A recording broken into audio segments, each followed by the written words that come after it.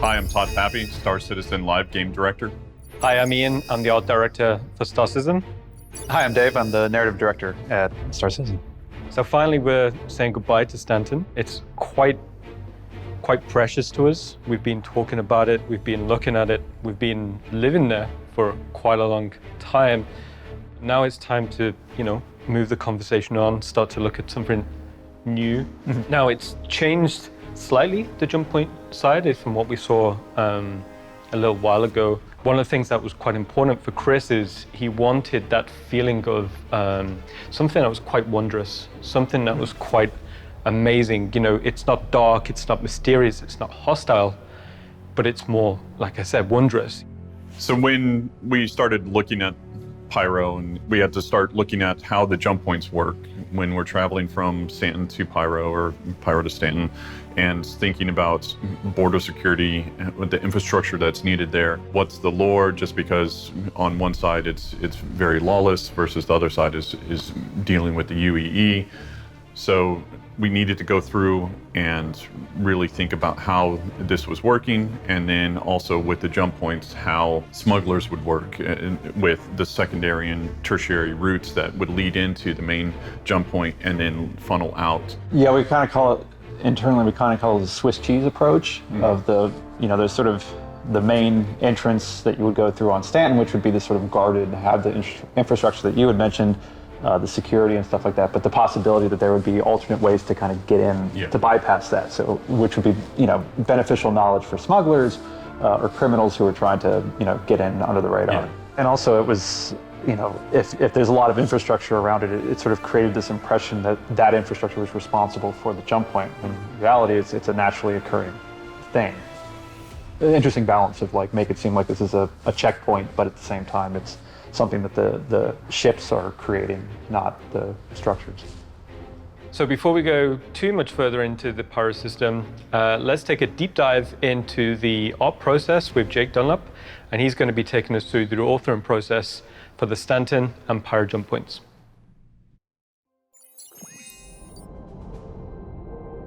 Bringing jump points to the verse has been an interesting journey as we've been designing a new element in our game. We've put a lot of time into creating two solid examples of different types of jump points you'll eventually see all around the verse, one in Stanton and one in Pyro. We've been continuing to use Houdini as the tool to create these gas clouds. The setup we have for them is a parent gas cloud and a child gas cloud. The parent is mainly used as an establishing shot when you arrive in your ship from quantum travel, while the child is used as the main gameplay environment and is placed inside the parent. The child also has a reasonable scale which keeps your average ship speed in mind. These things aren't nearly the size of real nebula, if you're curious. But by no means are the jump points small. Here's an example of a Pyro jump point next to Microtech. To explain the process a bit more, we create the parent at a large scale, then cut out a small box in the center of it. Inside the small box, we'll gather the volume data from the parent, up-res that, and then add details. The details will be different depending on what type of gas cloud you want and if you want to easily fly through it or not. We usually spend time investigating different designs for the gas clouds, but with the Stanton jump point, the work had already been started and used in the 2019 CitizenCon demo. We just had to go through, clean up the Houdini file and get it game ready with a couple of extra tweaks along the way. Some of the tweaks we made to the parent were making it feel like more of a structurally sound rotating disk. This was to make it feel like a safe and well-used jump point. The child gas cloud here was changed more dramatically. It used to have a bunch of dark clouds around it. We felt that it was feeling a little bit too closed in, so we spent time morphing the magnetic lines in the center to create a really interesting horizontal, flowing, relaxing composition to visually show you that Stanton itself is generally a safe place at first glance. The parent gas cloud for Pyro was created with the same process as the Stanton parent, but we changed the shape of the cloud into something more menacing and violent. We wanted the reveal of Pyro to be a clear warning of what you should be expecting throughout the entire system. So we made it very closed in, dense, and very active. We did make it a small challenge to traverse the child, something that won't take too long but should be something to consider when traveling through. Something that helped really quickly create a fun traversal route was creating a white box play area in engine out of solid geometry and flying around it right away.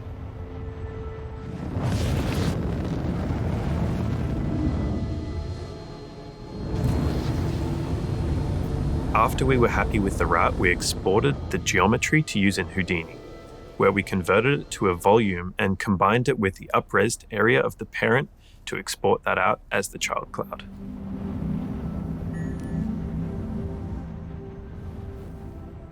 We wanted to make sure that these systems feel very different from each other.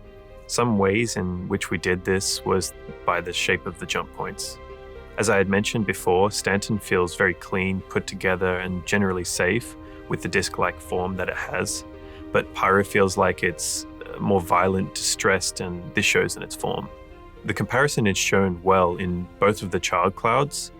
In the Stanton child cloud, we have nice long strands of the magnetic waves that encapsulate the jump point that feel harmonious, beautiful, and free, whereas in the Pyro cloud, it shows almost the opposite. The walls feel like they're closing in on you, moving in unpredictable ways, completely unstable. Your ship could enter into a wall and disappear within a second. Lighting also plays a big role in how we feel about these spaces. You can see these are dramatically different areas in the mood and tone, and lighting is the key to that. So that's a brief look at jump points. They've evolved quite a bit since last time you saw them. Enjoy the rest of the show. Thanks, Jake. So one of the things that players will first probably come across when they come into the Pyro system is the space station. You know, it was discovered a long time ago. It was sort of deemed uninhabitable because it was just too dangerous with that variable flare star going on. So they kind of utilized the system for resources, and then when they kind of tapped out, they just sort of left, and that's when all the sort of squatters came in. So there's sort of older infrastructure built to sustain kind of the mining activities and the gas harvesting and stuff like that, but you know, they just basically left, and then other populations started to slowly move into the system, criminals, squatters, survivors, and whatever, and start to kind of take over what was left behind. Which gives us some unique gameplay comparatively to Stanton and the space stations there. So with Pyro, since they're in such disrepair, some of them are inhabited, some of them are completely abandoned, and then so the players can go and explore. They can go and see what's happened there, whether it's been hit by an asteroid, or if it's there was some sort of conflict there before. But you'll be able to go and explore the different decks and be able to go and meet new people, meet the frontier lifestyle, enjoy it. Okay, so before we go to the inside of the stations, we're going to jump now to Eric, and he's going to go in a bit more detail, the concept development process taken when looking at the exteriors. Hi, I'm Eric Gagnon, Principal Concept Artist on Star Citizen. The goal of that initial step of sketch development is to create something not invited. Dangerous, damaged by asteroids, and surrounded by floating debris.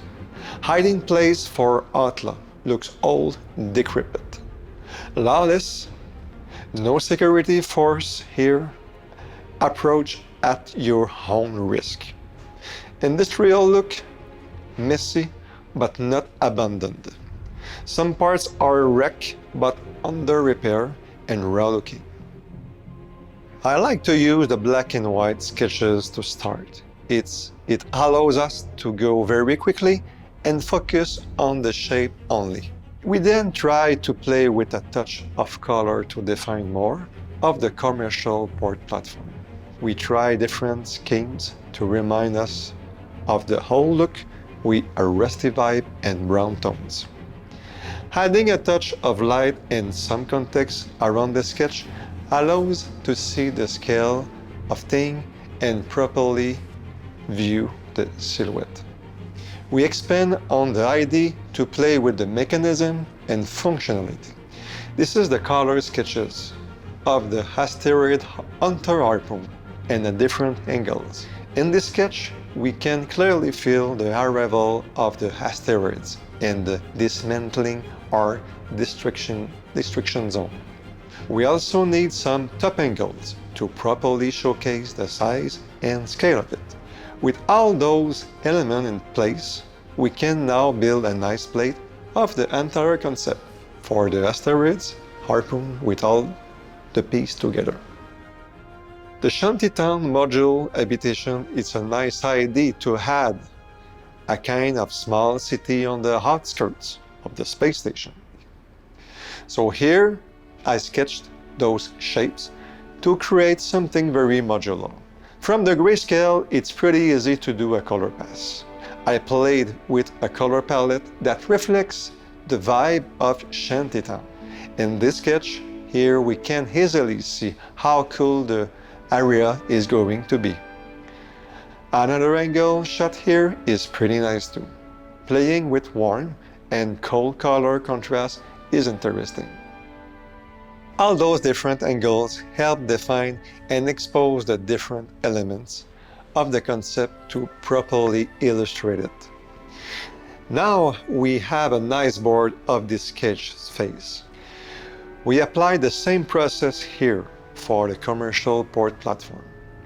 The black and white sketches are a good way to go. In this image, we see the silhouette shape sketches for the front of the port platform structure. A quick side view plan here is necessary to well build this design. We fill the form and the ratio and the size of what we want to achieve. And of course, we create a color sketch to see what it could be. We see the industrial look and some potential details to better define and deep dive into. For those, we have a deeper design exploration of this industrial area. Pipes, tanks, angular shapes, and a color touch. Combining 2D and 3D sketches really help properly communicate the design intent. It's a common technique now, but it's really efficient to highlight areas of the concept. Using 3D is also very useful for level designers to validate the size and shape of things when creating the environment in-game. Let's talk about the Big Repair Missionary ID. This machine could be used to repair surfaces damaged by asteroids, inspired from the heavy machinery that we see in mining. Nice to see the overall add-on IDs brought together on a single board. It gives a great look and makes you want to see the next design step. The mood looks. We also create a mood board from our different shots. This shows how lighting is used to set the tone of the environment by giving different options and color palettes. Finally, we provide some options for paint of the exterior surfaces. We work from a list of brands and factions that we need to incorporate to the design. We started from the narrative things, worked to build the visual identity of the different brands, exploring different ways to represent them and the environment, stickers, flat surfaces, graffiti, or official paint job. This really brings the sketches alive and set in the universe of Star Citizen. The Outlaw Station are a staple of the Pyro system, and we hope this first exterior concept phase excites you as much as we had fun to create it. Thank you. Thank you, Eric. Looks great. That's the exterior. So right now we're going to go from the outside and we're going to jump to the interior.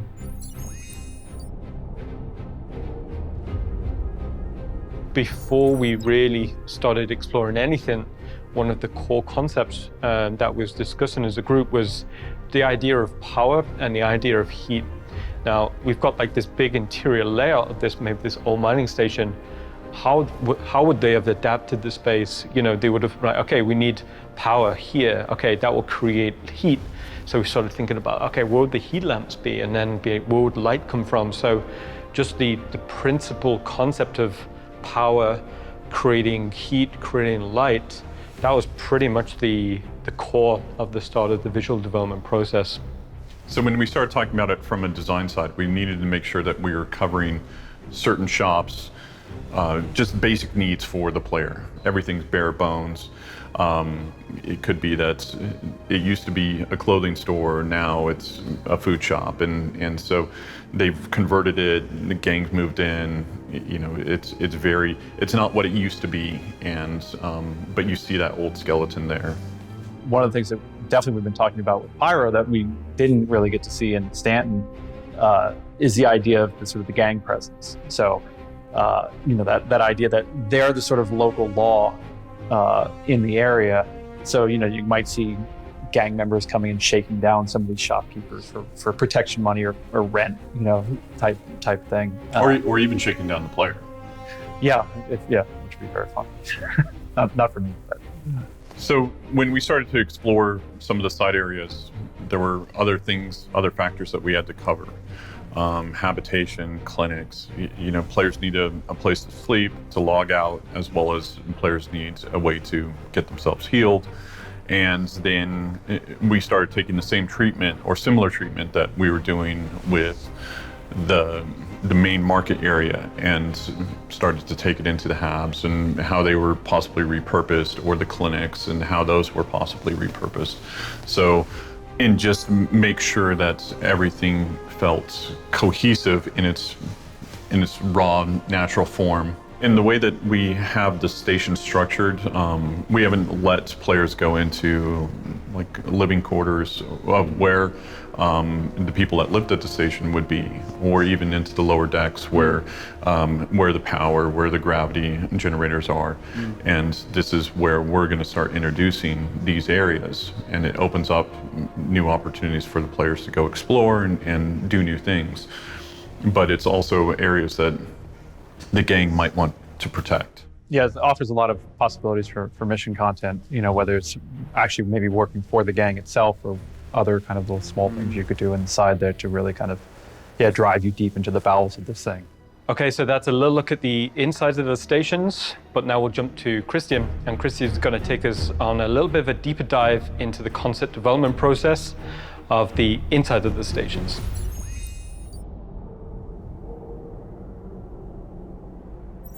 Hi, my name is Christian Doretz. I'm a senior concept artist on the environment team, and we're going to look at the concept development for the space station a little bit. So first off, we looked at the heat map. So there is a lot of what I said, the electricity is gone, the heating is gone, and the breathable air, the oxygen is gone.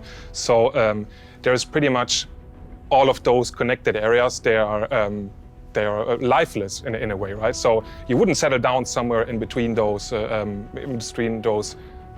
empty corridors. We were trying to sort our thoughts and get them on paper, right? So we were exploring different ideas that we on the concept team had in mind. So we were thinking about pathways that the player and the NPC could take. So what would happen? We were thinking about what would happen if all of a sudden one pathway is blocked off or another one will open up, right? So we were thinking about verticality and how the players or the NPCs can traverse all of those interesting areas that are, in the end, pretty ominous, right? So think about, there are some people just screwing off side panels on the wall, or they are screwing off ceiling panels, and you would see all of the maintenance areas behind it. So we'd see a lot of struts, a lot of working areas. There's cables hanging. So those were the very first sketches where we could see what those eventually could evolve into. And we also started then slowly with some loose 3D sketches. So getting everything into 3D, and it's pretty much evolved over time where we could talk to the environment guys, and we were asking for some of the current rest stops geo and some of the textures, and then getting them into 3D. And we were just changing up all of the props, all of the side panels, or all of the whole the environment. So we could, looking back at the references, then convey this feeling. We could introduce more dirt, we could introduce some damaged panels, side panels, and pretty much explore this side area, right? And the big advantage of this is that we can make the environment how we like. So one thing that we did is like kill all the lights because we don't need lighting. We want to create our own lighting. And this is what I said earlier. The current rest stops are super bright. They're family friendly. But now we want to make it ominous. We want to make it dark mood. We want to make it super dark with the players like always feeling kind of in danger, and especially with the gang members in mind, right? So this would allow us to create one of the very early, or one of the earlier 3D explorations, which then lead to one of the final concept art, or the final implementation of this. So when we were at the point where we were kind of okay, or where we thought like, okay, this is an environment that we want to see, then we took care about the last 20%. So the last 20% in this case means having a final render and painting over. So we were just painting over in Photoshop and doing some more refinements for the mood and the lighting. We were painting in some of the decaling and some of the graffitis, because it is ultimately easier to do all these things in 2D than in 3D and caring about the materials. So we were able to just refine the final concept in this regard. And this wasn't a straight process from A to B. It was an iterating process. So in between, if you're looking at some of the other concepts, for example, the barriers, we were at one point thinking about what would happen if we introduce barriers that the gang members then would set up on one point. So what does that mean for you as a player? What is the player doing, or what is the player doing at this point? So will he encounter these gang members? Will he try to find a way around? Is he going to use some of the ladders or the underground vents, for example? So we were changing the concepts here and there, more or less. And this leads to, in the end, having a nice variety of concepts, or different types of concepts that we then could cherry pick the best parts of it, or in other teams, the environment team, the design team could cherry pick the best ideas from those concepts. And this was pretty much a rundown of the concept development for the Pyro space station's interior. Thanks, Christiana. That looked appropriately scummy. So we've been talking a lot about the insides of the stations. We've been looking at a lot of the concept art. But now we can jump to Josh, and Josh is going to talk about one of my favorite parts of the process, and it's when we take some concepts and we start to do some ideation, some visual development in the engine. Hi, my name's Josh Van Zullen. I'm the principal environment artist here at Cloud Imperium Games. Today, we're going to be going through the Pyro space station's visual target and pre-production sort of things that we're going to be doing for these rundown / outlaw space stations. So what I have here right in front of me now is obviously the food court from our Stanton space stations. We've just dragged the wear up on all of them. So now we're getting all of this really nice grime on all of these surfaces, right? So if I turn off my working lights, which hopefully are gonna, produce that mood that we're after. So I'll turn on that right now. So a number of things have happened right in front of us, right? You can instantly see we've got lots of heavy fog coming in. Don't pay too much attention to the particles now. I'll go into them a little bit later.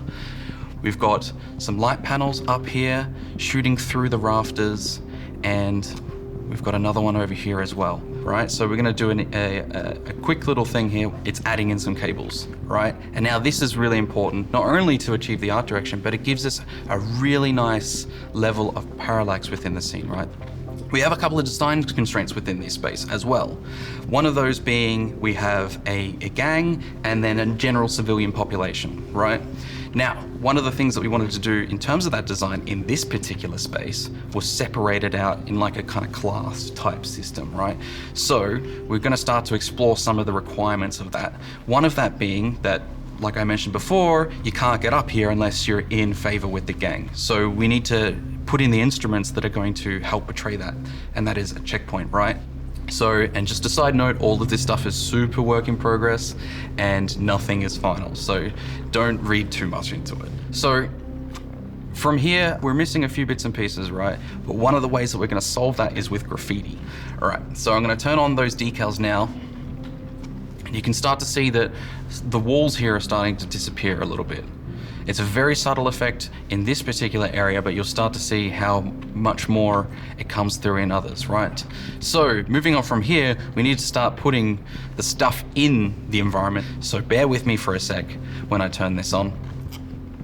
All right, so got here is a lot of stalls, right? We really want to get that cramped vibe in, like that was kind of similar in the concept, and start seeing how far we can push the limitations of what we can do in the engine, but also what we can do with our technical systems as well, right? One of the things that was immediately apparent to us is that AI is really tricky to deal with when in tight and enclosed spaces, right? So we need to look at areas like this here and this here to make sure that it's wide enough that a few AI can pass each other or a player and not, look completely gross, right?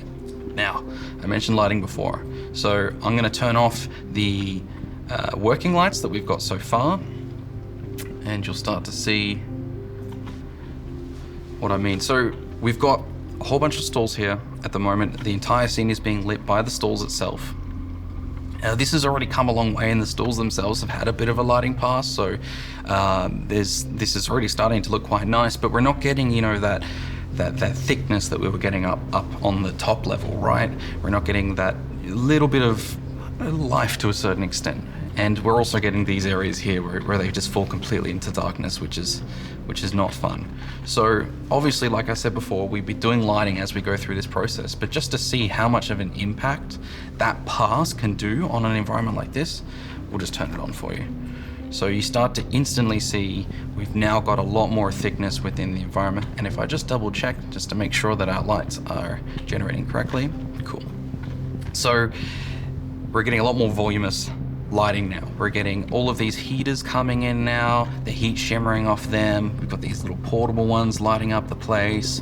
We've got some ones that are hanging from the roof, ones that are over in the corners and stuff like this, right? So we're starting to get a lot more mood in this. This is starting to feel really nice now. Now, what I was mentioning in terms of the rain, right? So yes, we're talking about the rain now. Why is there rain inside, right? So this is generally a really cold station. And when people are in this area that's in the center, because there's so much stuff happening here, it's starting to get warmer, right? You've got the heaters here, you've got the gang that is kind of maintaining a lot of this stuff and producing a lot of the heat themselves. This is prime real estate for where everyone wants to be, right? So what happens when you have this many people cooking food in this one small area, breathing hot air, that sort of thing, it all starts to rise in this environment, and it starts to get that massive cavern, right, that we've got up here, all the way up to the roof there. As it goes up, it starts to cool down, right? And we start to get precipitation inside, where it starts to rain. And even in many instances, we start to get a little bit of ice coming through as well. So that means once it's all fallen down here, it's actually quite wet and damp. It's still cold and a little bit warm around heaters, but it's generally quite damp because of that weird kind of event. Now, the rain as it currently sits is just a placeholder asset that we're borrowing from Squadron, and that will have to obviously be remade to suit the amount of rain that we want to have within this environment, which won't be, crazy, but it serves as a proof of concept for what we're trying to achieve, right? So that is pretty much Pyro Stations. I hope you really enjoyed seeing the breakdown that we've done here today, learning a little bit about the process of going in and doing a visual target, and just a little bit more of that earlier process and problem solving that we go through. So yeah, I hope you really enjoyed the rest of CitizenCon here today, and I'll catch you later. Cool, thanks Josh. That was looking really good. All right, so as we continue our process of exploring the Pyro system, now I think it'd be good to look a little bit at the planets and moons that populate the system. Now, one of the things we thought it'd be interesting to talk about is how do we design a system from the ground up? As with all of this, we always start from narrative, before we put any pen to paper or we have any discussions about player experience. We always start from, the world that, Dave and others have kind of built. Yeah, I mean, and again, it's also the thing of, the Pyro, I think, was first initially conceived very early on in the process, but once we finally are tackling it from a realistic, practical, how we're going to build this, what is each planet going to look like, it was important, to ask more questions about, to flesh it out more. Because we kept it intentionally kind of vague, because we want the art team to, you guys to do what you do and the designers to do what they do. So when we started that exploration process, we knew we had like a ballpark that we needed to stay in. So we literally thought, okay, how do we design a system? And fundamentally, it kind of comes into maybe 3 key areas.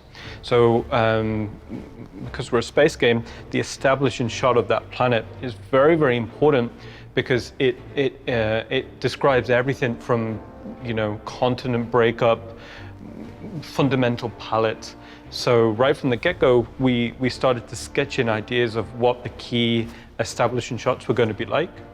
And then from there, we jump into key art. So key art is basically on the surface, what is the mood, what's the tone that we're expecting to see. And as you're saying, like the first one we wanted to tackle was Pyro 1, because David described this wonderful picture, and it was already clear in our minds about what it wanted to look like. So we hit that first, and we wanted something hostile, we wanted something hazardous.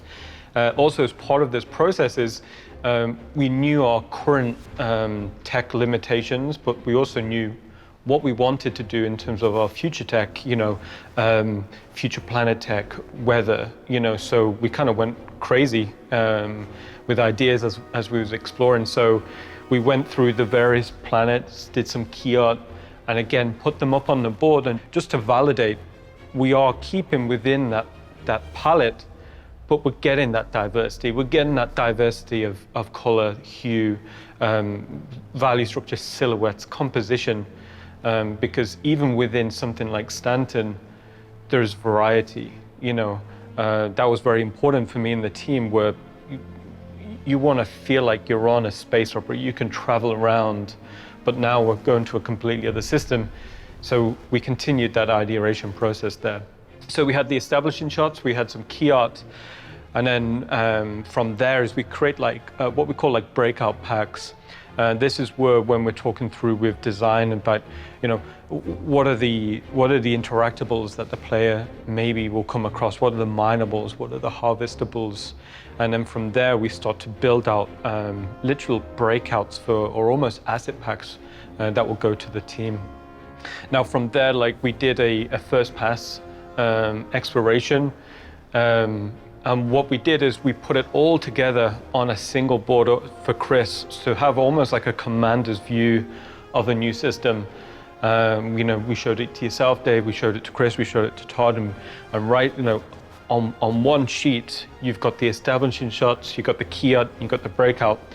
And for me personally, that's how I like to work. I like to see that, like I said, a commander's view of an entire system. And then from there, you can kind of tweak, adjust, and mold things into what play experience we want to put forward.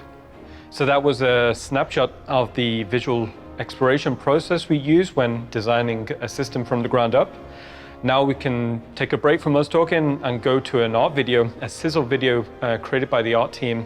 And what this will show is, it will show a kaleidoscope of planets and moons from Pyro, and it will also showcase some of the latest and greatest art techniques and processes and tools that the art team have.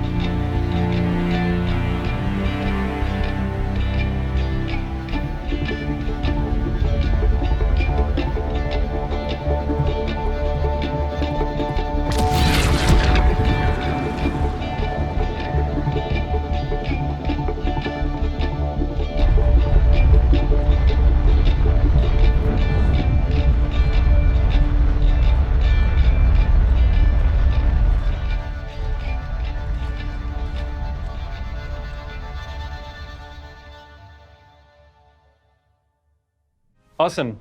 I'm fully in love with Pyro, and hopefully from seeing that video, hopefully you guys are too. So as a continuation now, we can jump to Sebastian, and Sebastian will talk to you a little bit more about the cloud authoring process and some of our latest cloud tech. Then we can jump to Maximilian. Maximilian will talk a little bit about geology creation, how we create that type of biome. And then lastly, we can go to Özlem, and Özlem will go into a lot more detail about how we take some of the concept art that we've been showing of the botanicals and how we interpret that to in-game artwork.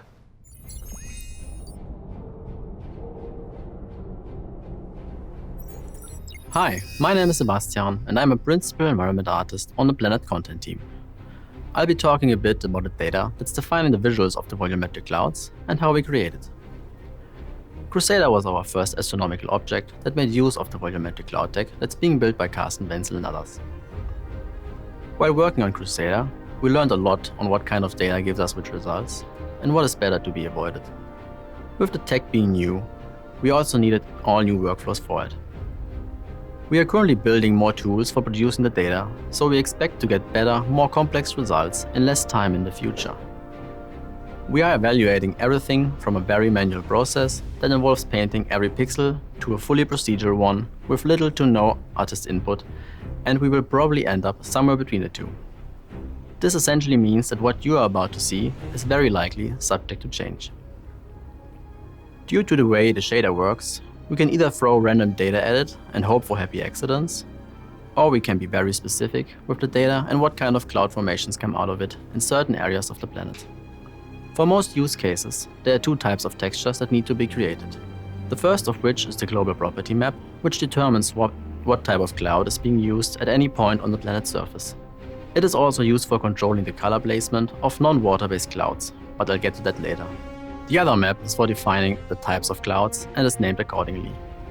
The cloud type map allows us to control the cloud density and the impact of the two separately tiling 3D noises, which add detail and definition to what would otherwise be fairly low resolution shapes.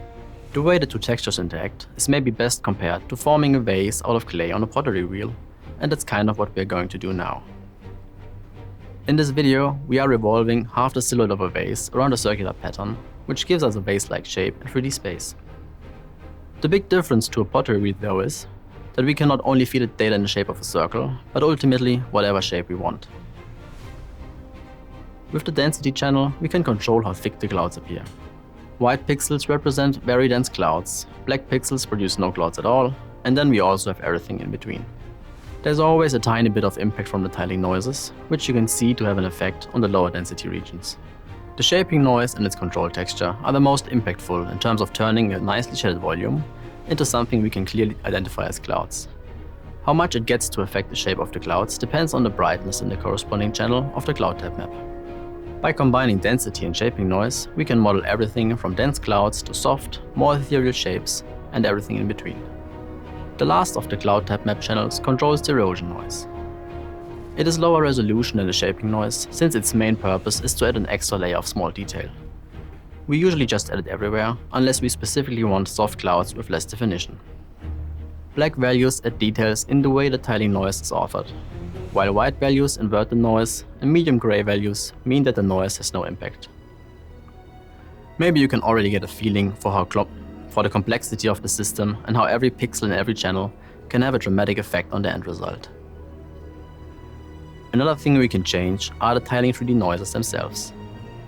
By default, a cauliflower-like noise is used for the shaping to model those fluffy sheep-like cumulus clouds. But by changing it to a different 3D noise, we can produce some more abstract cloud shapes that wouldn't normally occur on Earth. This is an area, in combination with different global data, we keep investigating to produce more alien cloud formations in the future. We've been advancing this approach with Pyro 5, another gas giant, which brings me to the other use of the global property map. It has a second channel, which, in combination with a color gradient, is used to control the global color of the clouds for not so physically correct coloring of the gas giants. We sometimes have to restrain ourselves to not make brightly colored balls of cotton candy. There are a lot more settings that allow us to tweak everything from how the clouds are shaded and shadowed, over the global impact and frequency of the detail noises, to parameters that drastically change what results the textures I've shown you today produce. You'll have to bear with us as we'll figure out if there's a best combination of settings and how those might change once all the features that are still planned eventually get added. By now you've probably seen a fair amount of volumetric clouds as part of this year's CitizenCon and are quite likely to see a bunch more. Because of that, and since I'm still an artist at heart, I leave you with this bad drawing of a cat instead of more epic cloudscapes. Thank you for your time. Hi, my name is Max and I'm a senior environment artist at CIG. I am part of the Planet team where my focus is on planet and asset creation. I want to give you some insight into how we transform simple terrain shapes to a final biome, plus a little preview of what you can expect in the future. When creating a new biome, we start by assigning ground textures to the terrain geometry. For this research and development desert biome, we chose a selection of different types of sand and soil. For additional depth and detail, we have the option to use displacement mapping. The next step is adding our first layer of ground cover assets. In our game, ground cover is any low-cost asset up to knee height, which does not require collision and allows us to use a lot of these assets to create a nice level of density. Here we use a mix of gravel, patches of moss, and dry grass. After that, we add slightly bigger assets in the form of clusters of desert bushes to give context to the smaller assets and add variety. We finish the object scattering pass by adding individual larger rocks and arrangements of small rocks which give the player a better understanding of how far away something is when walking, driving, or flying over a planet.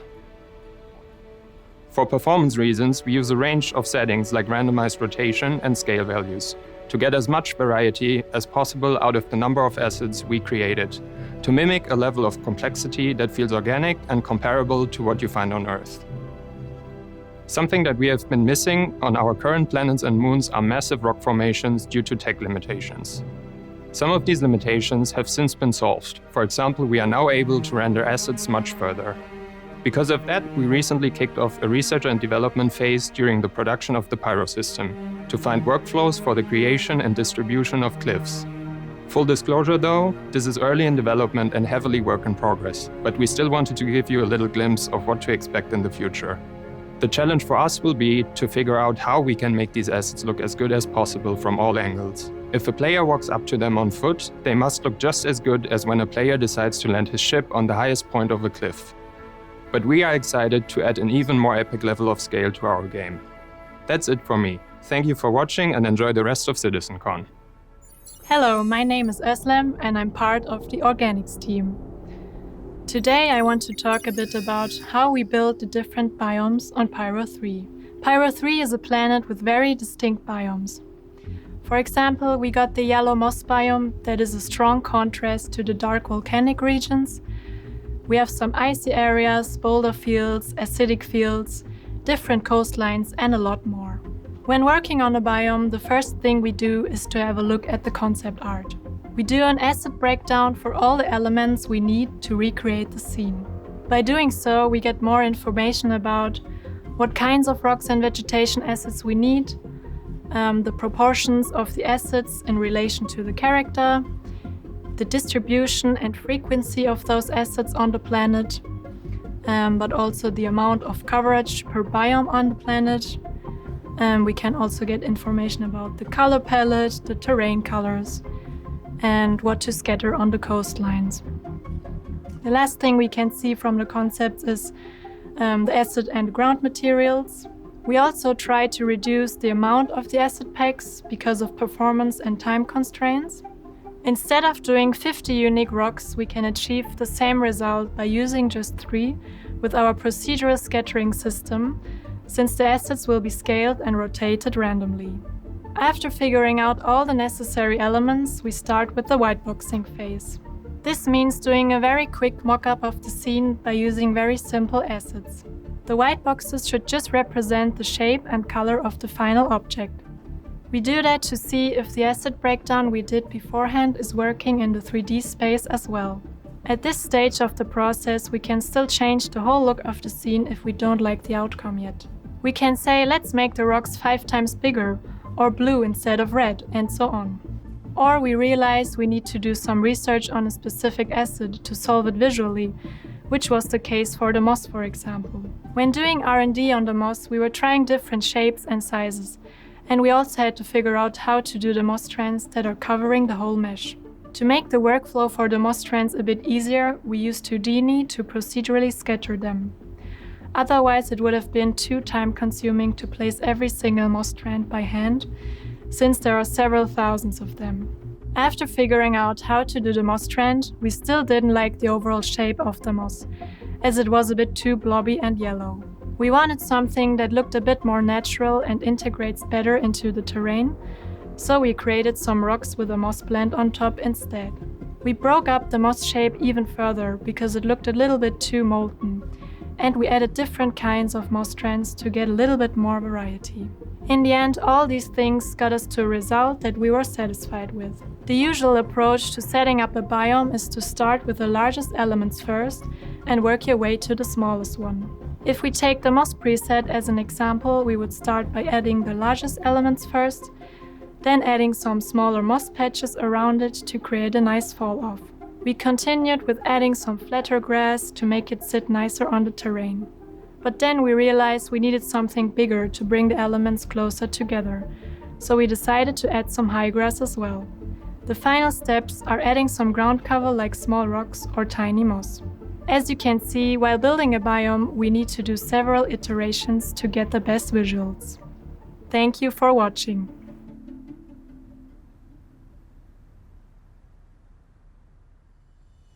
Thanks to Seb, Maxi, and Oslam for showing us their work. So when we started looking at Outposts and started really from a ground up on how to make it so that there's more diverse gameplay in there, the player can approach it in multiple different routes. There can be combat encounters, there can be social encounters. So we needed to kind of rebuild and rethink the way that we were doing this. We started honing in on what was working, what wasn't working, and then did a lot of adjustments. Yeah.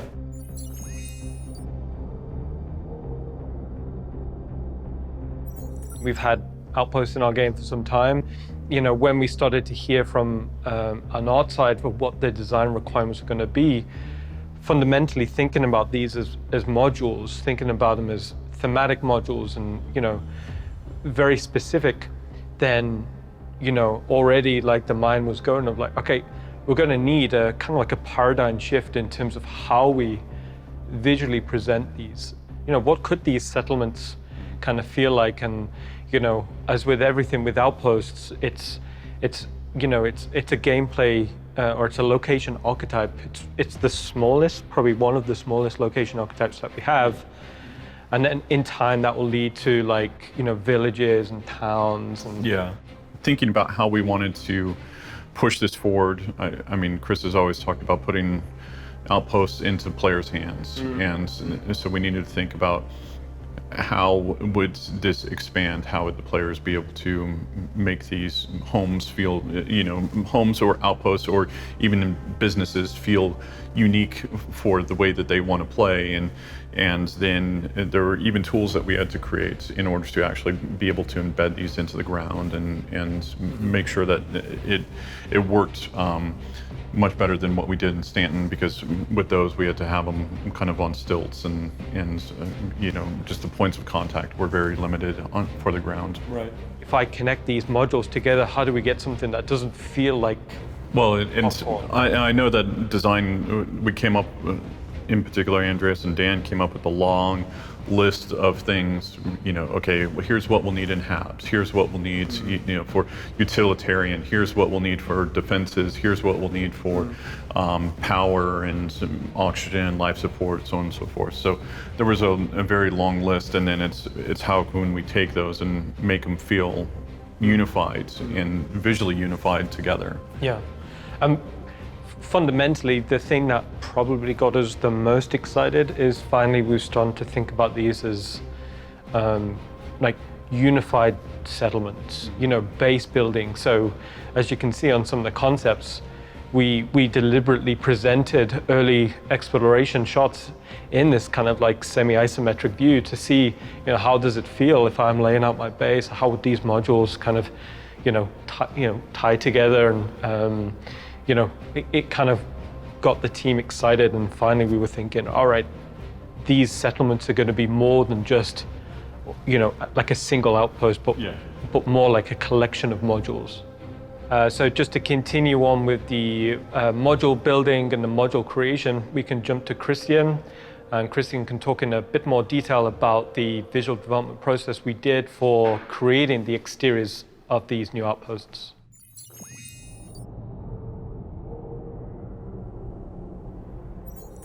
Okay, so we've talked a little bit about the colonialism, and now I'm going to show you a little bit more about the modules. So the very first thing that we did was creating all the primitives and all the primitive shapes into 3D. So as you can see here, we have a lot of variety, right? There's the cubic coming in, there's the cylinder coming in, the spheres coming in. For example, if I take this building over here and I duplicate it and move it around, I could just simply grab some of the other ones and combine them together. And you will see later on that this is one of our archetypes, or one that we pretty much liked, right? So you can see here already there's a lot of variety of entrances, maybe some garages, maybe some smaller entrances for those NPCs or for the players, right? And if I zoom in, all of a sudden you can already see like how they react to the environment or the overall scale, right? So if I pan over here and you see these buildings on the back in the background, so you're always having a first-person standpoint or a first-person view. So we were not only creating those entrances, but also smaller details and very briefly looking into the modules. So what you can see here is the very first concepts for the solar panels, for example, or the top-mounted, the roof-mounted solar panels. In the background, you see some other nice details that we can then just pick and put on our buildings, right? And some of the very last that we did is then pretty much those. So those were one of the archetypes. And you see, there are small buildings for housing or housing buildings. There are some building types that are more communal. We have some secondary and tertiary buildings like those radio towers. If you imagine you're a colonist on a planet, right? There are multiple settlements on a planet. How would they communicate with each other? So we have kind of a radio tower, or some of those cooling devices. So if you imagine maybe there's something underground, there's an even bigger facility underground because you're on a very hostile planet environment. So you want to store your very sensitive data underground, and we were looking at those hints of life. Maybe you are a kind of a farmer. So you see already this is the first archetype. This is more cylindrical. There are some storage spaces coming in here and there. So where would you store your oxygen or your water, gases, for example? All of this is just a consideration from our side.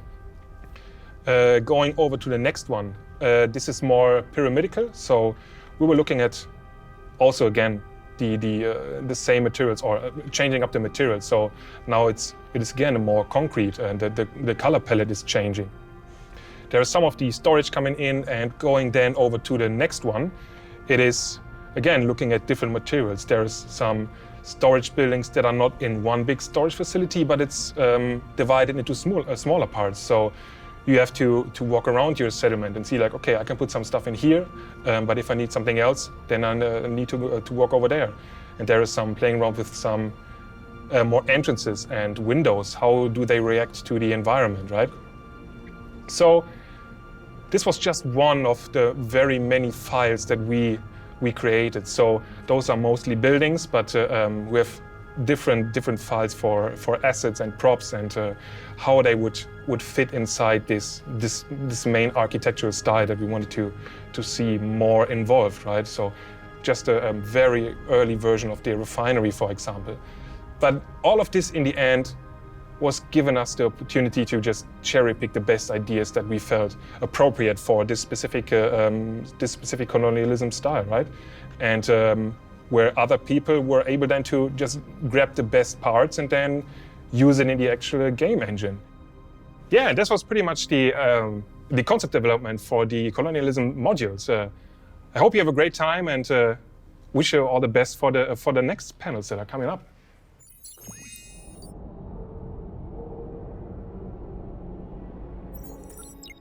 Awesome, thanks Cristiano. So that pretty much covers the work we've been doing on the exteriors. So now let's jump to the interiors. So We pretty much had to follow that same ideation process that we did for the exterior, but now for the interior now, slightly more simple. We knew there was a few key areas that we needed to design. First, it was the social space. This is basically these kind of communal hubs. We knew we wanted like that open kitchen, seating areas, windows, an area where people could kind of hang out and, relax. And then second to that was habitation. We knew these are going to need to be abodes. We knew we needed bathrooms, hab units. But again, nothing in here would be, pre-manufactured. So we wanted actual beds, not racks of beds. So everything about this process was about, creating a design which you would look at and relate to and think, oh, I could see myself living there. I could see someone living there for quite a long period of time. So in habitation, it's soft surfaces, soft shapes, but again, something which felt fairly integrated into the core architecture.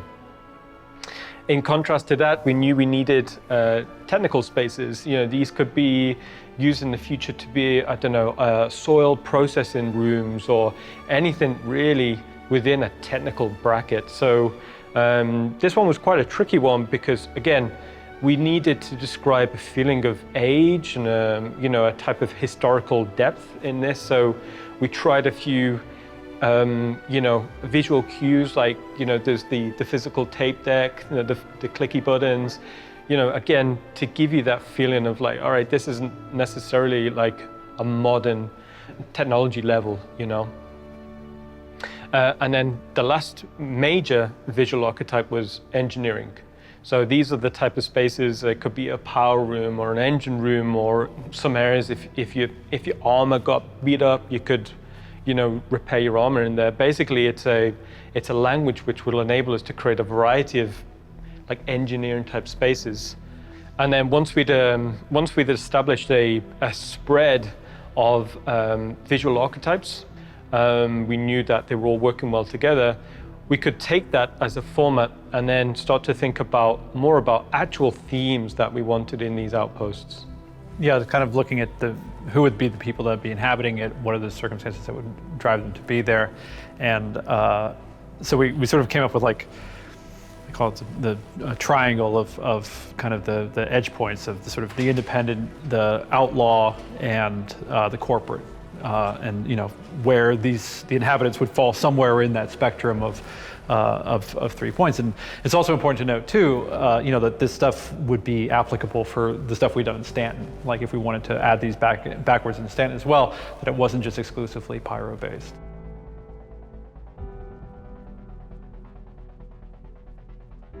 Basically, when we was doing the design process, we pretty much focused on independent. Mainly because that was our baseline. It was very easy to kind of design these and visually design these spaces is it like an independent farmer or is it an independent miner? And then with that, we wanted to really create an experience where you walked into one of these outposts and it feels old. It feels relatable, but it doesn't feel recognizable, kind of similar to if you went to a historic ruin or a historic part that you'd never really been to before. Or, somebody's old farm. Exactly. So we did a lot of exploration process of like, what type of artifacts would you find there? How did people used to decorate the house in this time period? You'd still see patterns, surfaces, shapes in these independent outposts. Yeah, even early versions of modern technology. So you could see that, oh, this is like the mobiGlas I have, but it's an older mobiGlas, or just as an example. But also when we were, even just to back up a little bit, when we're talking about the planets, we have a certain style, or we have certain amounts of points of interest that we want to go to, how we pull the player around the universe. And so Dave and I and Will and others sit down and talk and say, all right, what do we need here? And all right, well, we need mining facilities. And then that helps to inform Ian and the other design teams and our teams of, all right, is that an independent theme? Is it a corporate theme? Is it an outlaw theme? So these are all kind of layers, but the first and foremost, it's oh, this is farming, or this is mining, or this is, cargo.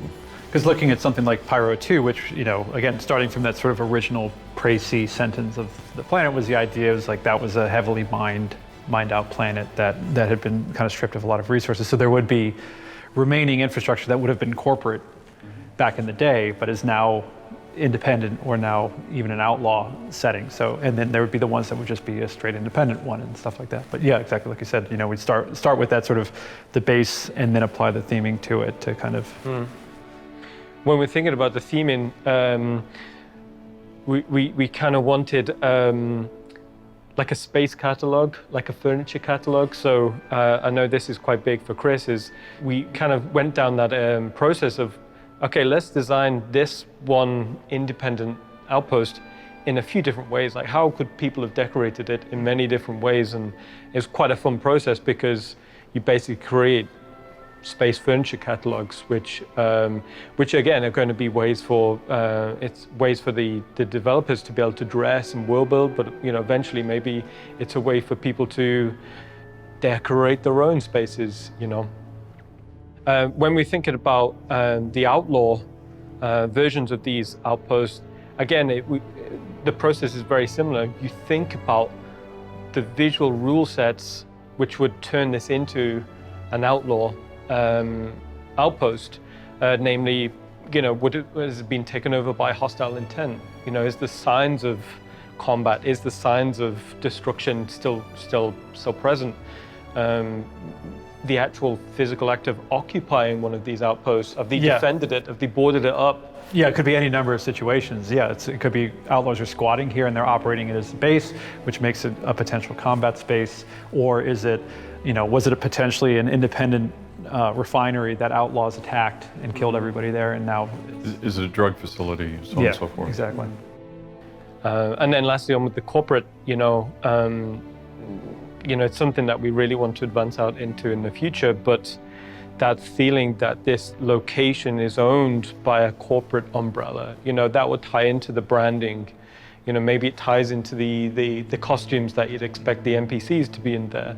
So there's a huge amount of visual world building that we can do to, present these outposts in a few different ways. And even potentially reputation as well. Like we talked before about that idea that if you do missions for a corporate outpost, that it, reflects in your general relationship with that corporation.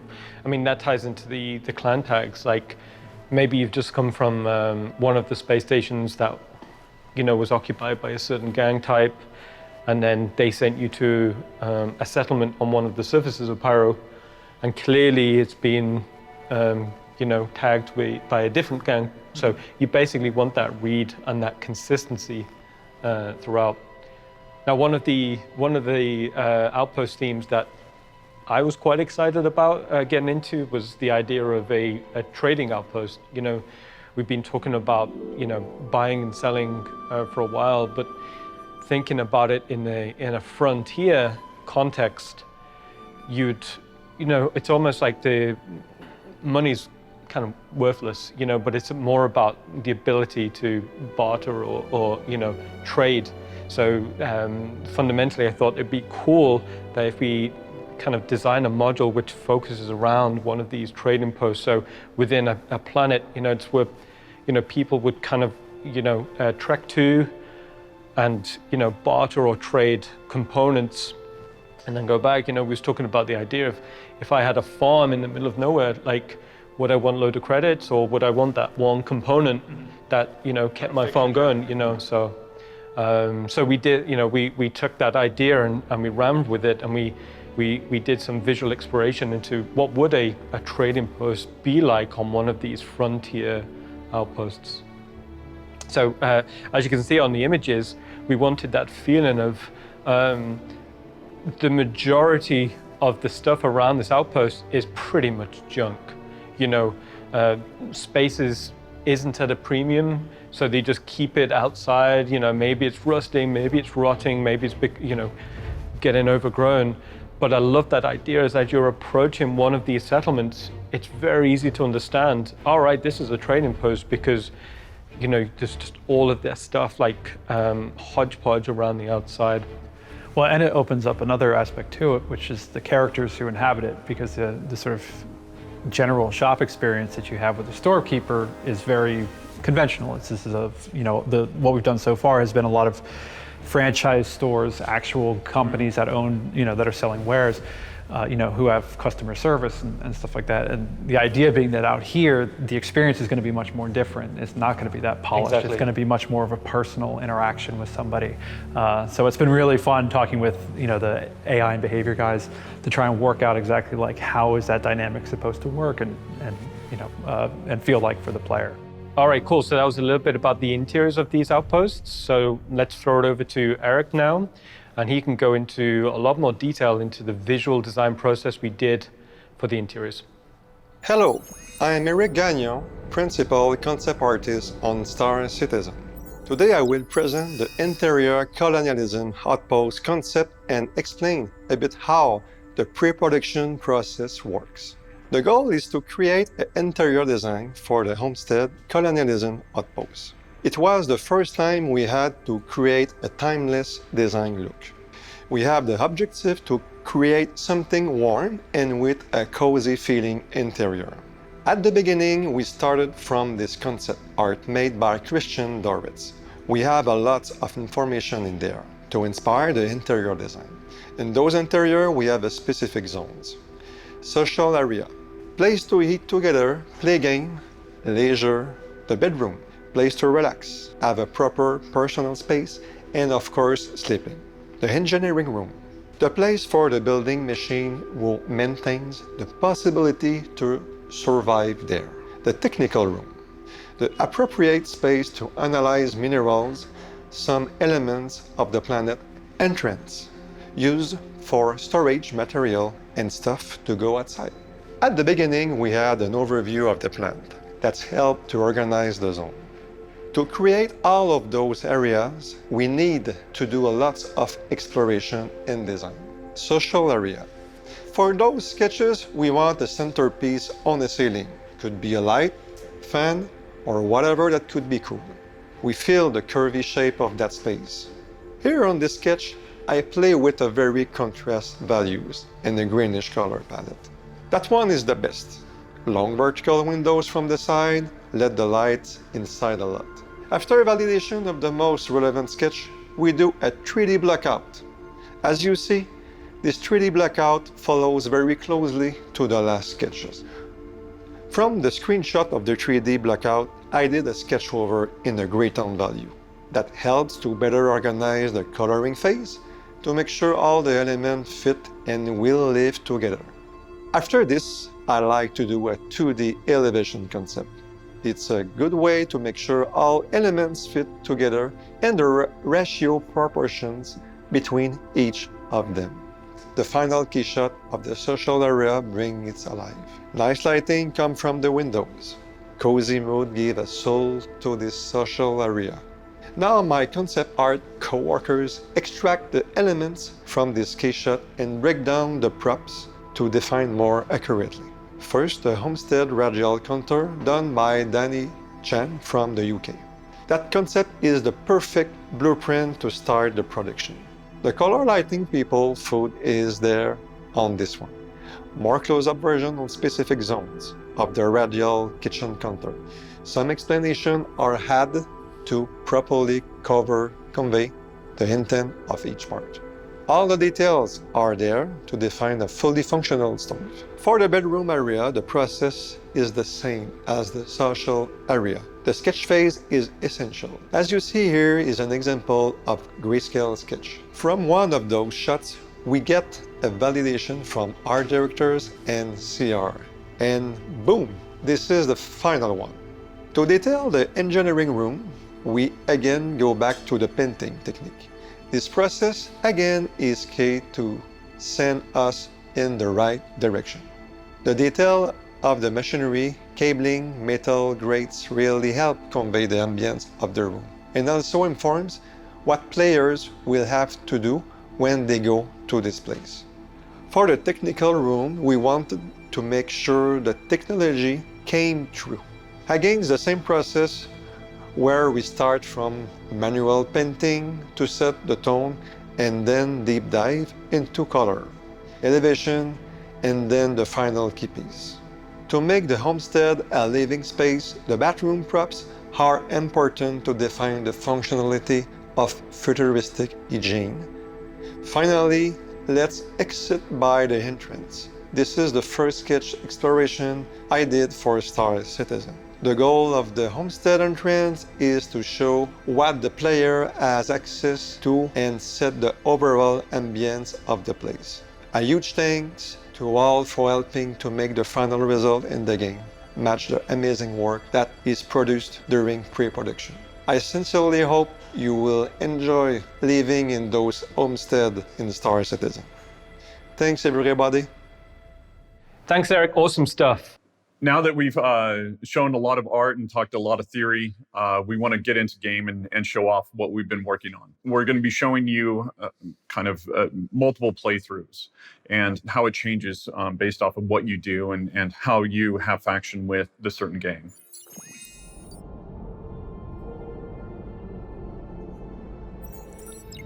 So here we are waking up in 400i that will be released in 3.15. This is the competitor to the Constellation. Doesn't compromise cargo for vehicle storage. It's faster, more agile than the Connie, and it can run with a smaller crew. So this is the captain's quarters, and then we'll go out and see a little bit more of the habitation deck, and then make our way to the cockpit. So this would be the social area that you can meet and eat and basically plan your next mission.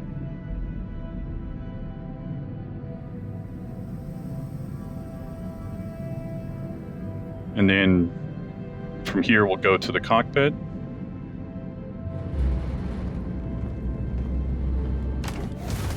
So here we're over Pyro 3. We've come here for a mission to acquire an artifact.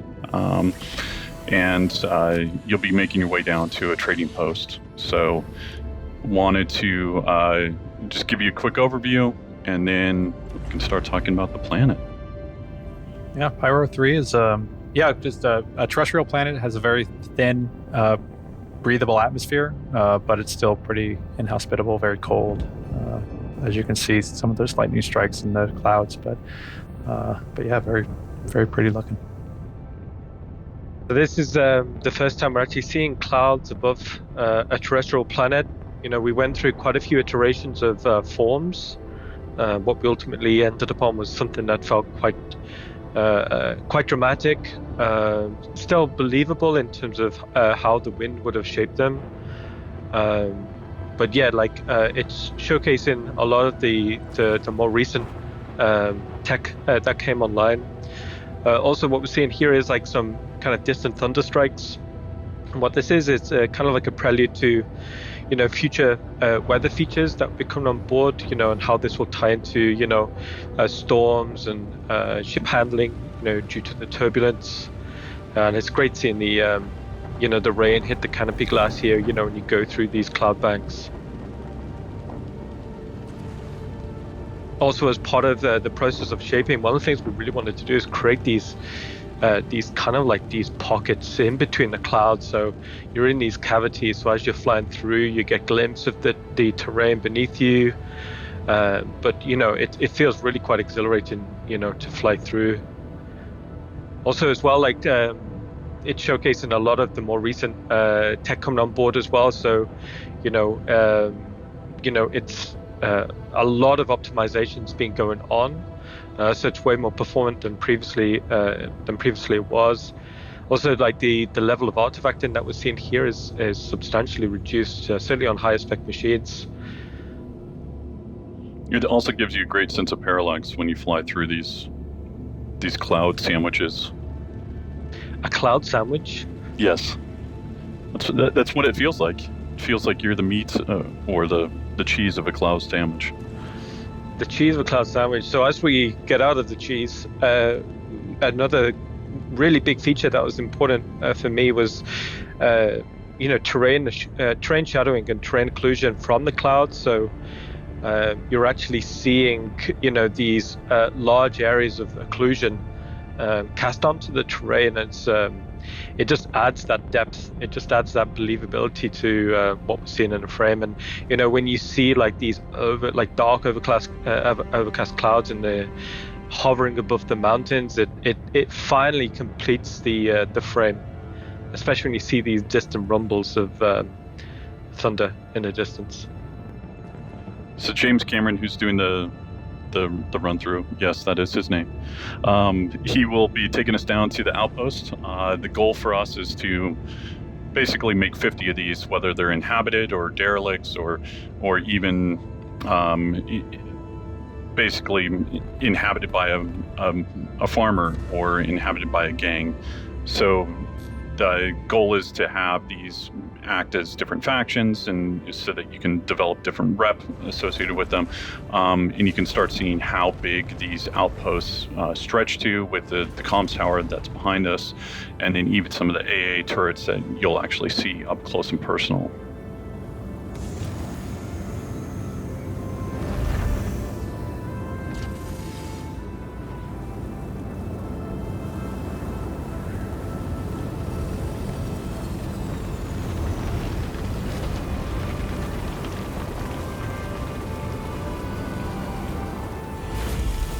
That was a really good approach from James there. Good landing. That was a good solid 3 out of 10. 3 out of 10. Jeez. Ian's a tough grader. Yeah, I'd go 6 at least. No one's ever got a 6. Gotta watch me land, man. So here we'll go down to the technical deck. Show off the cargo area, as well as the climate-controlled component areas, and then onto the gravity generator room and the stairway out.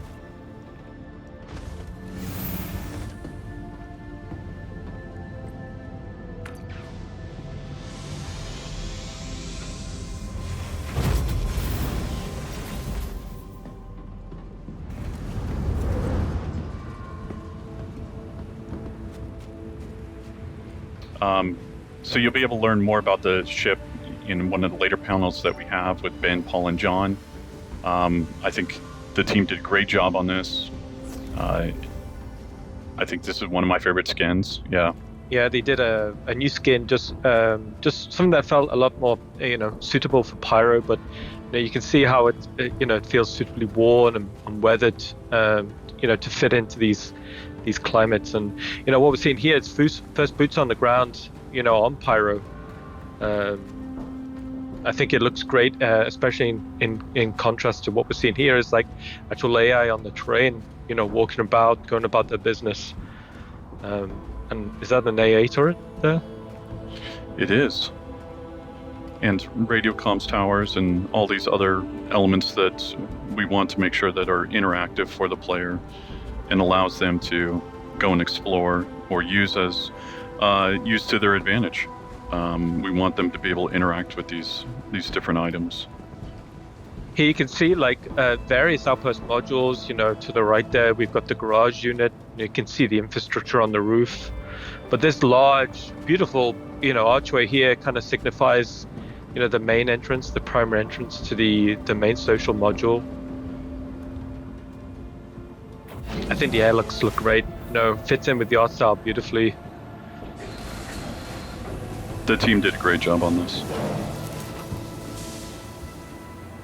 And then we've seen the concept art previously in the day, and then here you can see it translated in game, and I think it absolutely looks fantastic. The radial forms, is quite special to this art style, and you can see how that complements these archways that lead into other areas of the outpost. So with the AI, we want to make sure that it's living, it's breathing. If you look back a little bit, there was a chef actually cooking.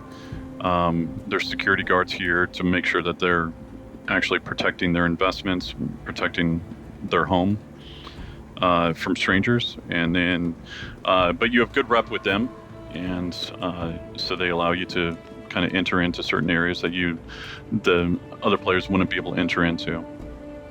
We also got a quick shot at the loadout that James is playing. So it's a female loadout, but it's also showing the backpack, which is new. Also, some of the new hair as well, which is rendering much nicer. So here the player will make their way out to the trading post, go see the dealer, acquire the artifact. And for the trading post, we wanted to get all of the junk on the outside as well, so the player can see it as they're approaching. We wanted, as many tops as we could, and you can see it's using the new soft deck shader. So these are reacting to the planetary wind, the same force that the tall grass and the moss on the ground is reacting to as well. Other thing with the trading post is, like Ian spoke about before, the inventory and what they'll be able to actually sell here will vary depending on where they're at in the solar system. Are they close to a jump point where they might be coming down and using this as a chop shop, or are they in a very rural area that's, they care more about the frontier lifestyle and being able to survive versus money? We passed the kitchen as well on the way back there. That's the local diner for this outpost. Tough crowd. Also, so in the inside as well, we wanted this, kaleidoscope of colors and shapes. Like it's just literally the dealers displaying all the wares, everything they'll have outside in the open here.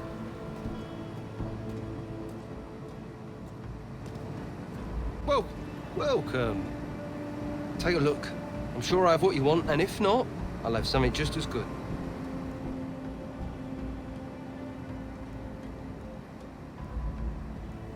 Yeah. Oh yeah, very good choice. Very good. So after 5 million credits of disposable income, we get our first look at the Habitation artifact, which is obviously going to be what is sort of a super rare thing that you'll hopefully be able to start finding in the galaxy, which is sort of, if you're familiar with the lore of Hades, was an old civilization that destroyed itself.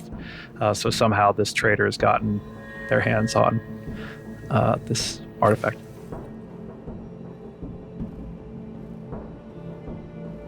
So here we're showing one way of actually playing through this area.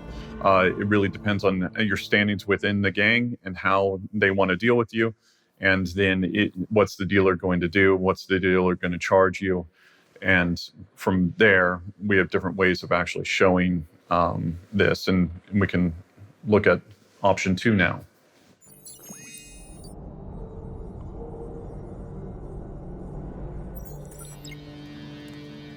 So here we're going to run it back a little bit and show off a different way of entering into the trading post. This is a little bit more straightforward versus in demo 1 we took a side route through the social area. So yeah, this is just some additional warehouse space that the trading post would have, and you can see it will lead directly onto this courtyard. And for the keen-eyed people, you'd see that the barbecue's still not being eaten yet. The grill master would be fired. Yeah. Still full of wieners.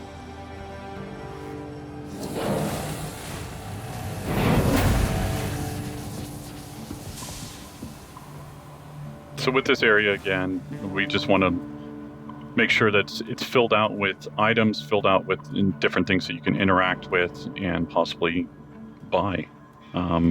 It's like Dave said in the beginning, we want the stores to feel different here, but it's still making it feel believable.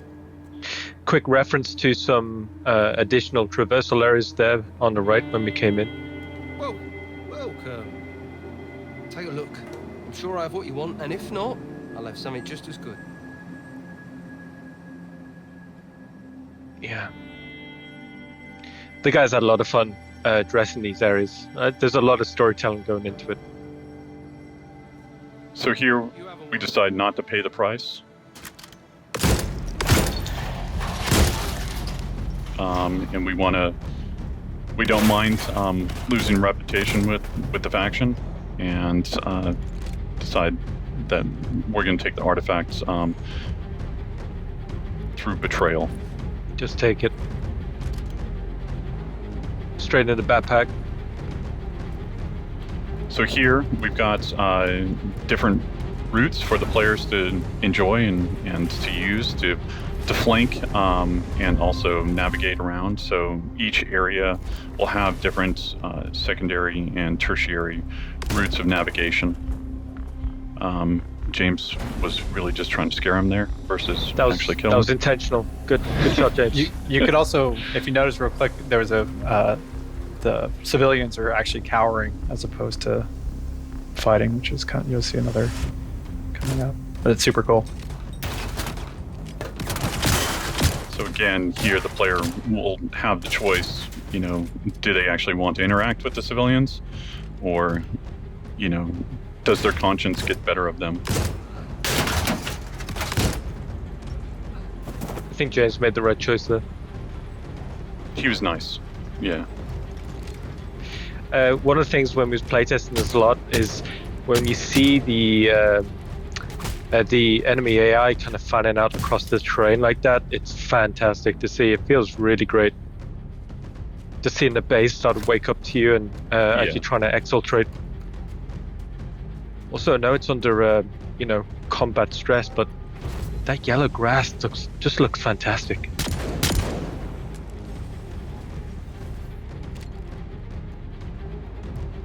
That's how I play.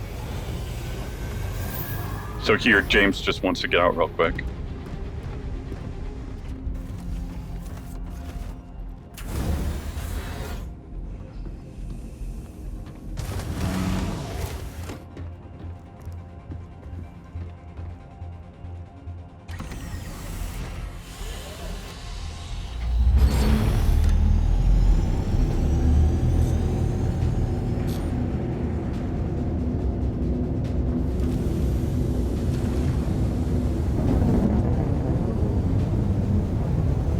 We slightly hinted to in the first walkthrough.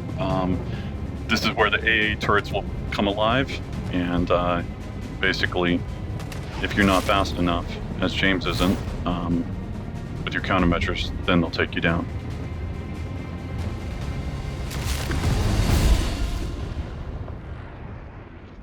So what we saw there was the player went in, and based off their actions, the faction changed against them, and then basically became very aggressive. So in this last playthrough, what we'll show you is if the faction is already against you from the very beginning, and what are different ways that you can go about it. So here we are in our last walkthrough. Since you're all by yourself, we wanted to show the player take a stealthy routes versus if you were with friends, you could go in guns blazing. But this allows the player to come in, access the outpost from a different side than what we've shown. It also allows them to clock all the AI and see how they want to approach the problem and see what other secondary or tertiary routes would be open to them, either via the ladder or maybe a possible door.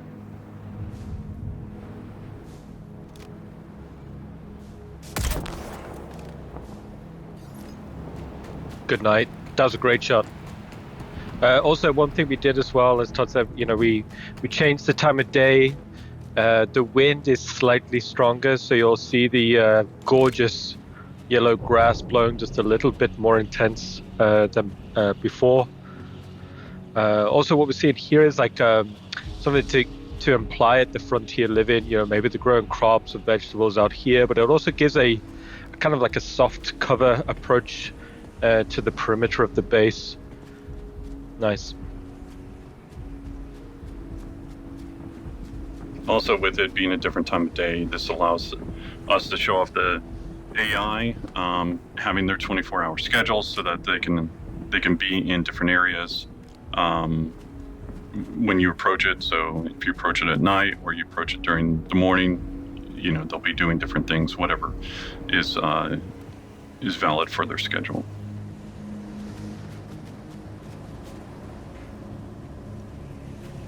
That door's locked, so there's no going through that way.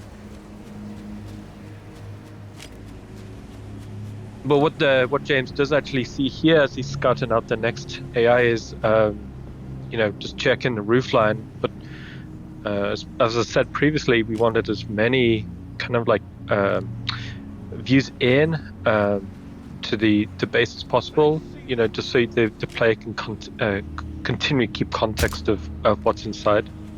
But also when you're inside, it allows the player to have context of where they're at within the actual outpost. And that was a great shot. The AI fell beautifully on the already called out beautiful yellow grass and moss. Also, as James is looking back, what he's doing is actually making a mental map of possible routes, possible advanced traversal routes on top of the outpost.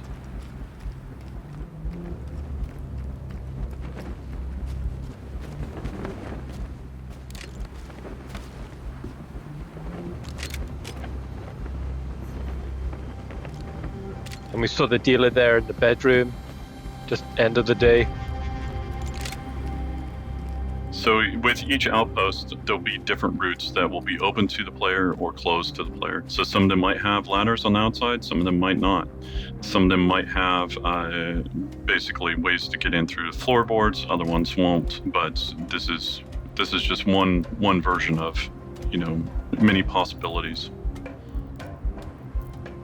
So here, the player will take a secondary route of navigation all the way up to the roof, and then from here, this allows them to be able to check out any of the AI, also be able to look at any of the interactables in the future. If you got a good reputation, maybe you need to go and fix different items on the roof, or if you are there for nefarious means, then maybe you want to take out the power, and which will then kill the AA turrets, or will turn off the lights in the outpost.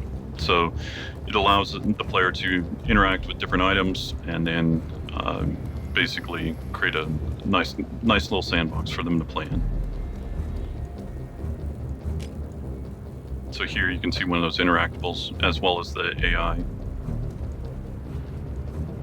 And just behind these interactables, we're seeing these kind of archways. Like right now, these are just kind of empty, and to just illustrate like a guard point. In the future, these could be maybe customizable, or they could contain like an AA turret, like we saw on demo 1, or it could contain like cargo storage. Basically, we tried to design something that was as flexible as possible. So here we're showing off the looting system as well as the inventory system. So this will be shipping in 315. This allows bodies to be able to be interacted with and take off the items associated with it. Also, with this change, you will no longer have global inventory, so you can't be pulling off weapons that you didn't take with you to this location. Everything will be regarding what you carry is what you have, and so it really makes the players think about how they want to approach the problem, and then also encourages them to look around and see if the designers have placed different things that they can interact with or use to help get past a certain route or a certain way that they maybe didn't bring with them. And we'll also be including the, I believe in 315, the Knickknacks app for your Mobiglass. So now that you aren't carrying everything on your body and it's not sort of universal inventory, you'll be able to consult this app to see kind of where stuff is being stored and keep it better organized and stuff like that. So here, this allows the player to have a quick little puzzle, but just gives them a little bit more interaction, and then allows them to go on to what I would consider a tertiary route, versus climbing up the ladder and possibly having to deal with the AI or them being spotted by them.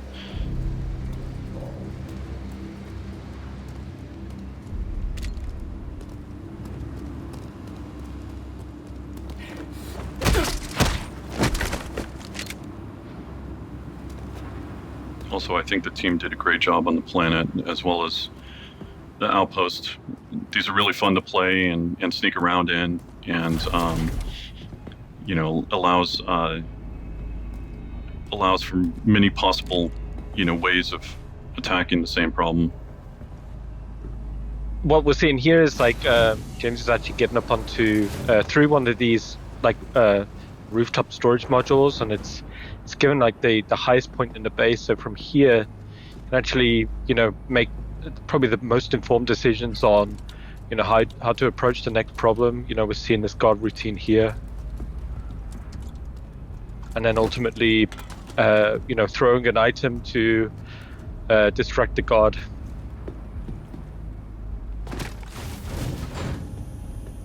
Allows them to go and access new areas. It's a behavior that we're still working out, but at least we're seeing like the first iterations and be able to continue to optimize it as well as make sure that the behavior is working properly. So we just saw there for the first time. It's like the first rooftop airlock hatch. So previously, route in and out, if the outside wasn't pressurized, we wouldn't have this option. But now through that rooftop airlock, you can cycle and then infiltrate through the roof. And also what we're seeing here is potentially scouting out an advanced traversal up into the rafters, getting on top of some infrastructure and getting like this overview as we go into the garage module. So here, this is placeholder, but it gives you an idea of, we want to have different interactables, different loot boxes laid out around the location. So if the players explore, they'll be rewarded. We want to encourage them looking in every nook and cranny and enjoying, what the outpost has for them. And one of the things that's interesting is these garages won't be vehicle spawn points, so it's not like a big kind of like pad in the middle, but it's more like if you want to have your vehicle there, you got to drive it in and park it. So here you can see a variety of vehicles just laid out how the player would have just parked them. Just gives a much more believable and realistic design.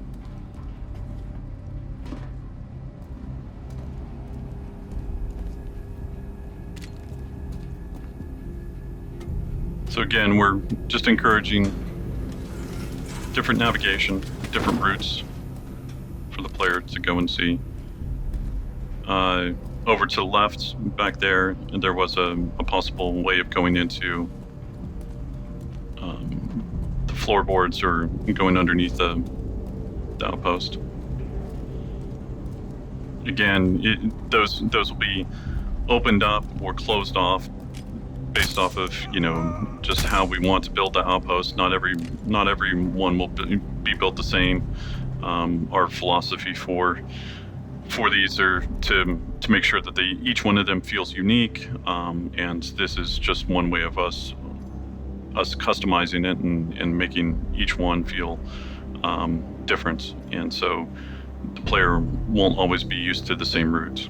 So here, again, we're using the inventory system. We allow the players to go in and if you take out a certain AI, they might have different tools or different notes or different items that you'll need in order to solve your mission. Interestingly, when we was designing these spaces, we knew we wanted these internal airlocks.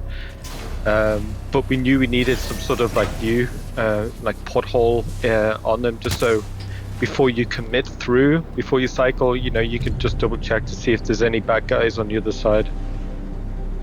So we got some Ragdoll Bugs. I guess it wouldn't be a CitizenCon without any sort of issues or bugs.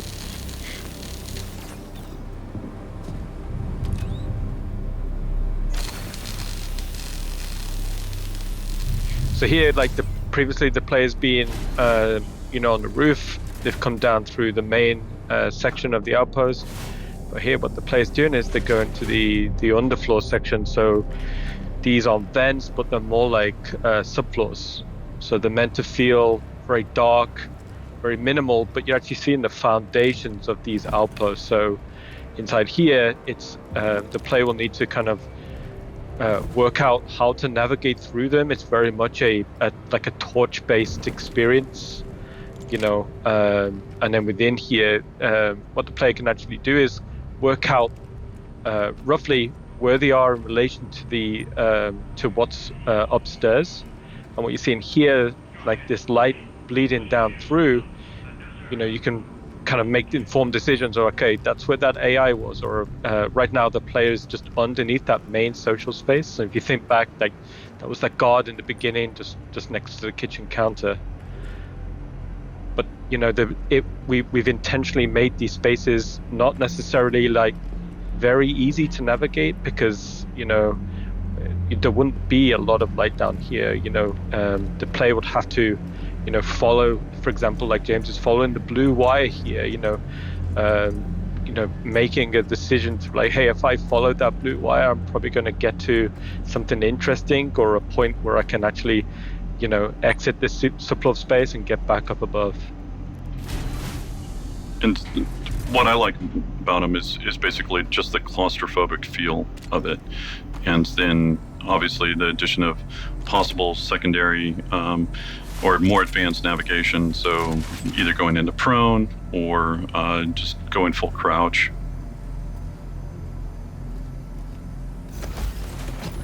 So here we come out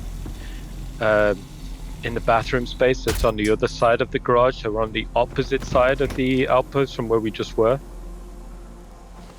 It's good, Ragdoll. And now the body drag. In the shower. So here, this is just a different wrapper on a loot box. In this case, it's a hamper. And so the player will be able to really change outfits and adjust the way that they look so that they can walk around the outpost and not be noticed. There will be kind of a certain time limit associated with it. We still need to work out the details on how all that will work, but the goal is to give them a little bit of leeway, and so if you look the part, maybe you're not scrutinized as much, and the AI won't notice you as quickly.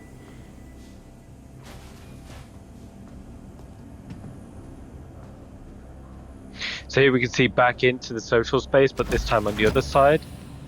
And then this door will lead directly into the habitation room that we saw previously on the outside. Speaking of fun ragdoll physics. That was a great one. So here, the player decided to take the dealer out instead of actually figuring out how they could open up the safe. So they're going to have to look around the room. They're going to have to interact with the body and possibly see, is there a way for them to actually open it?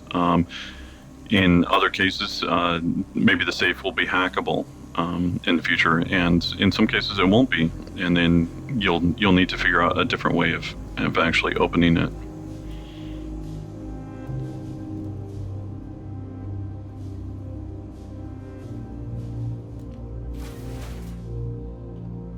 So here we spot a little clue, a little note, and you'll notice what's fun is like the name on here. If you look back and see some of the AI we've been taken out, you may notice some names.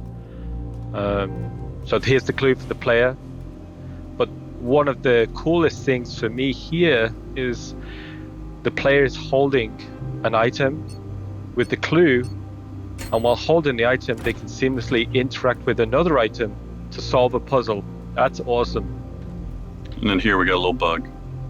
The player was able to acquire the artifact, and then we'll be able to do whatever they want with it, either sell it or be able to use it somehow in a future mission.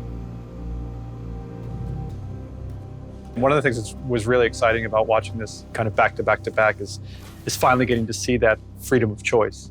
And it's really, really, I mean, again, our locations are always spectacular and beautiful, but now like having that sort of striking that balance between, this sort of well thought out social space and construction of these locations, but also an equally effective stealth and combat thing. It's super cool to see. So after seeing the demo played through, 3 different ways, it was a huge team effort. So everyone that worked on the project, on this part of what we wanted to show, we want to say a big thank you, big shout out, because, we're just presenting it. It's the people that did a lot of the hard work that should be represented. And speaking of people doing hard work, now's a good chance to throw it over to Eddie and Joel, and they're going to tell you a little bit more about the how we built that outpost that we just saw. I'm Eddie Hilditch. I'm a senior lead, and myself and my team have been working on the new colonialism outposts. My name's Joel Azapati, and I'm senior environment artist too for the EU Sandbox team. So after the initial concept is done and rounds of feedback have been iterated on, we move into pre-production. This phase allows us to spend some time testing the concepts for in-game viability. Translation from concept to game isn't always one-to-one, and during pre-production we'll get rough versions of the concept meshes into game and spend time making sure that they'll work practically. The art direction can also change at this stage, so we use this phase to kind of explore creatively as well, and concept art is a fantastic jumping-off point for sparking ideas. One of the first steps when starting a new location is to start look development. A hyper-focused small section of the location where we can hone in the tools and methods needed to execute the concept in-game. Some things translate well, some things don't.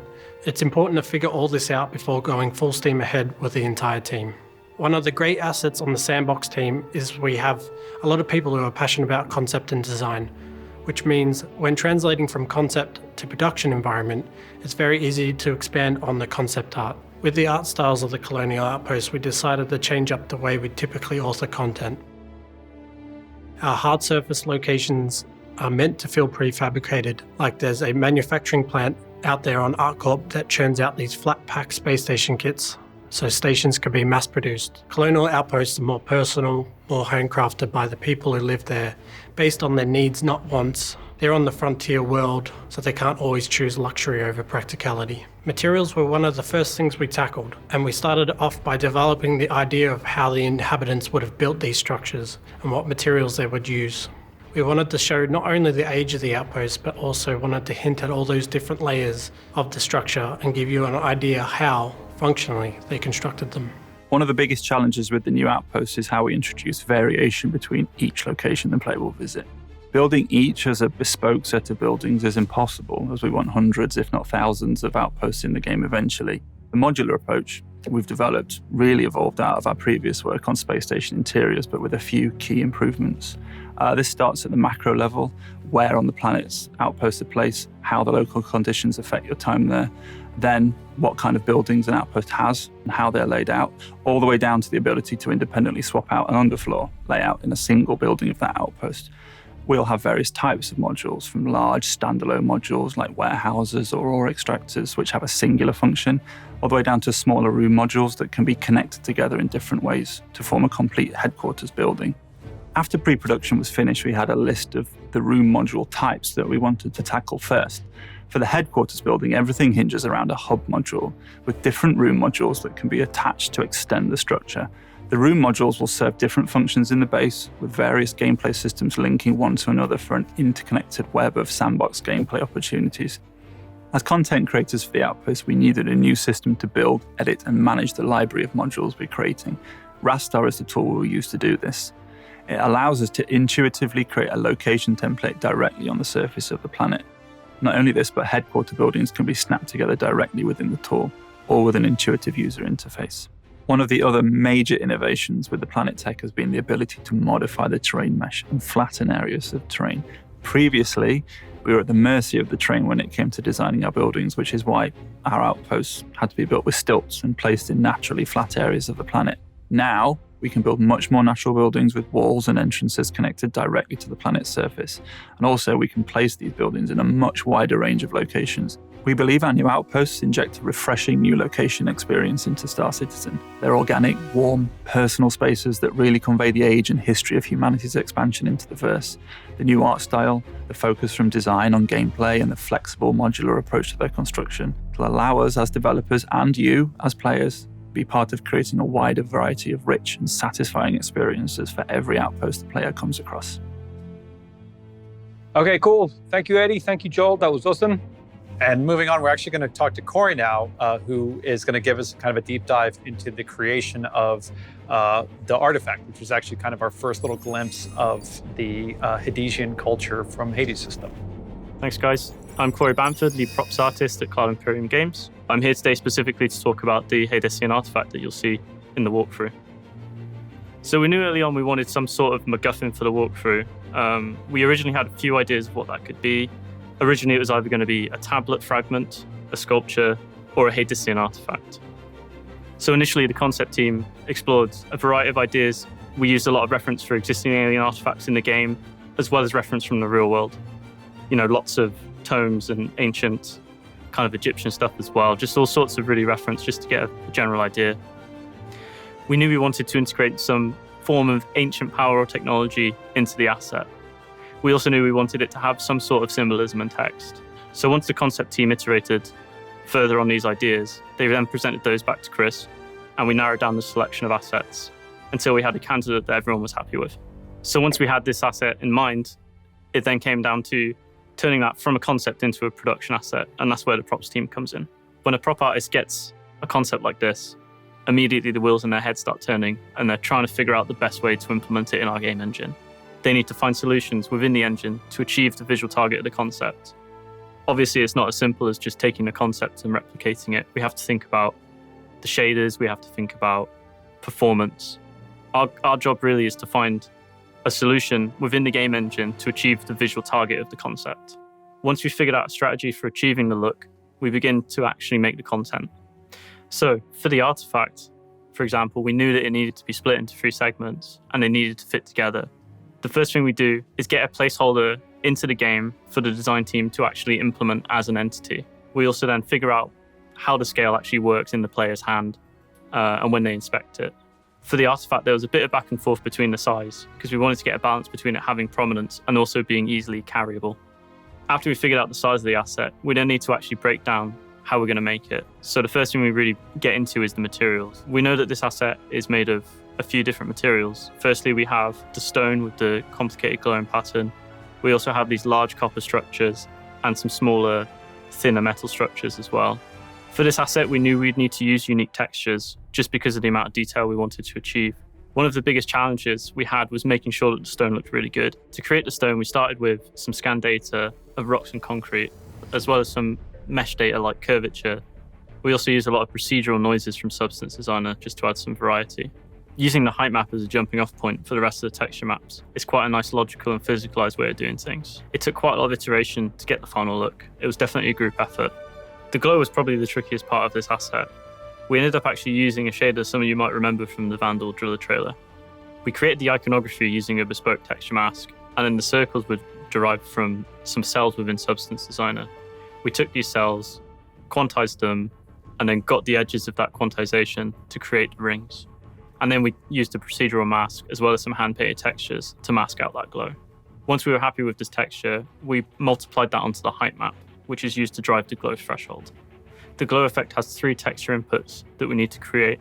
There's an animated glow map, which is sort of used to drive the background effect of the glow. There's also a gradient, which colors that map. Finally, we have the actual pulse itself, which is the texture map that pulses across the asset. Next up is the bronze. This was actually pretty straightforward to achieve. We didn't need any fancy shader effects for this one, just a standard set of unique textures. We wanted to get lots of nice scratches and aging on the bronze. And in the concept, there was also this nice effect on the edges where the metal got darker. So we wanted to add that in as well, just to give it a more distinctive feel. Once we were happy with the visual look of the asset and engine, it then was just a case of wrapping it up. We needed to create LOD meshes for the object, as well as collision proxies. As you can tell, quite a lot of work goes into these hero assets. So that was a little bit of exploration into how we created the Habitation artifact for the walkthrough. I hope you guys enjoyed listening to me talk about it, and enjoy the rest of the show. So we wanted to thank you for your time. We wanted to introduce Pyro and show all the hard work that all the team's been working on and working towards. The team has put in a lot of hard work in building the Pyro system, building the AI, building the planets, the worlds that you'll go and explore. So Pyro will be ready when server meshing is, and it will be coming out with Star Citizen Alpha 4.0. So on behalf of myself, I want to thank Dave and Ian and yourselves for watching, and I hope you enjoyed the panel, and I hope you enjoyed the rest of Digital CitizenCon. See you in the verse.